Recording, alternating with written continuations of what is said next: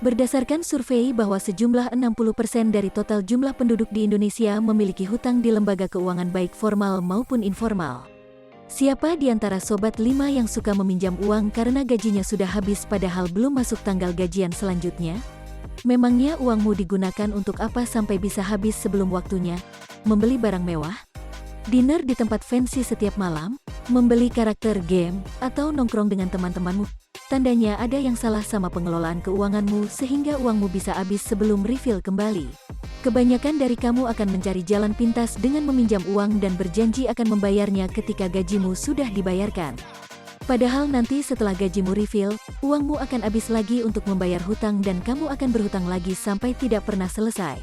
Lalu bagaimana ya caranya agar uangmu cukup dan tidak berhutang sampai akhir bulan? Ayo kita bahas di video ini.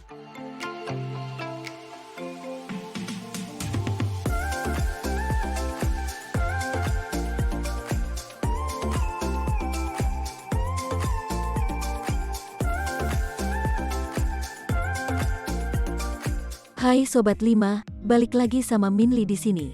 Di video kali ini, Minli akan membahas mengenai 5 tips mengelola keuangan supaya tidak berhutang sampai gajian tiba. Hutang adalah uang atau barang yang harus dibayar kepada seseorang atau perusahaan pada suatu waktu di masa depan. Ketika seseorang meminjam uang, maka ia harus membayar kembali uang tersebut beserta bunga yang telah disepakati. Adanya bunga membuat kamu membayar dengan nominal yang lebih banyak dibandingkan nominal saat meminjam. Jadi jika kamu berhutang sebetulnya kamu merugi. Namun kamu bisa menyiasatinya dengan belajar mengelola keuanganmu agar lebih baik. Jika kamu terlalu sering mengeluarkan uang untuk sesuatu yang tidak perlu, maka uang kamu akan cepat habis. Minli mau kasih tahu kamu tips mengelola keuangan supaya kamu tidak berhutang sampai masa gajianmu tiba. Tertarik untuk mendengar penjelasan Minli? Jangan lupa like, share, dan subscribe ya. Berikut adalah tips mengelola keuangan yang perlu kamu ketahui. 1. Hitung pemasukanmu. Kamu perlu mengetahui sumber income-mu. Sumber income dapat berupa gaji, penghasilan dari bisnis, hasil investasi, atau pendapatan lainnya. Jika kamu memiliki lebih dari satu sumber income, maka kamu perlu menjumlahkan semua sumber income tersebut. Misalnya, jika kamu menerima gaji sebesar 5 juta rupiah per bulan dan memiliki penghasilan tambahan dari bisnis sebesar 2 juta rupiah per bulan, maka total income kamu adalah 7 juta rupiah per bulan. Dengan menghitung pemasukan, kamu juga dapat memprediksi apakah uangmu cukup untuk memenuhi kebutuhanmu dan berapa maksimal jumlah uang yang bisa kamu keluarkan dalam periode waktu tertentu. 2. Bagi hasil pemasukanmu per hari atau per minggu.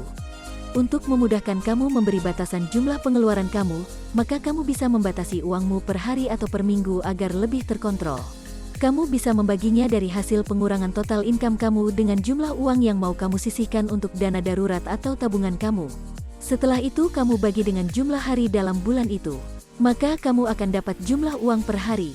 Atau kamu juga bisa membagi uangmu dengan jumlah minggu dalam satu bulan. Biasanya sekitar 4 minggu, jadi jumlah uangmu dibagi 4 maka akan dapat jumlah uang per minggu.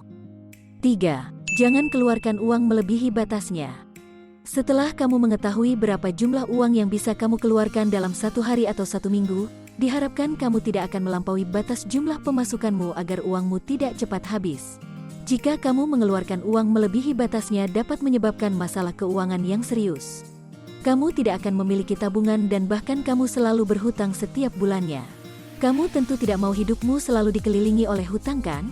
Oleh sebab itu kamu perlu membatasi pengeluaranmu. 4. Hemat sejak di awal bulan. Tips selanjutnya adalah kamu bisa berhemat sejak di awal bulan kamu menerima gaji. Jika kebanyakan orang akan menghamburkan uang di awal bulan dan berhemat di akhir bulan, lebih baik kamu berhemat sejak di awal bulan.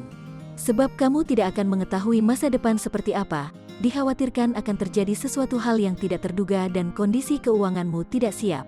Keuntungan lain jika kamu berhemat sejak di awal bulan adalah kamu akan tetap mencukupi kebutuhanmu hingga akhir bulan. Jika ada sisa, bisa kamu gunakan untuk menambahkan uang tabunganmu atau kamu juga bisa berbelanja dari sisa uangmu di akhir bulan. 5. Sisihkan dana darurat. Ada banyak pengeluaran yang tidak terduga yang dapat menguras uang kamu, seperti biaya perbaikan mobil atau biaya perawatan kesehatan.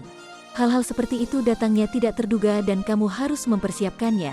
Ingatlah bahwa dana darurat ini hanya untuk keperluan yang tidak terduga, jadi jangan gunakan uang tersebut untuk keperluan lain.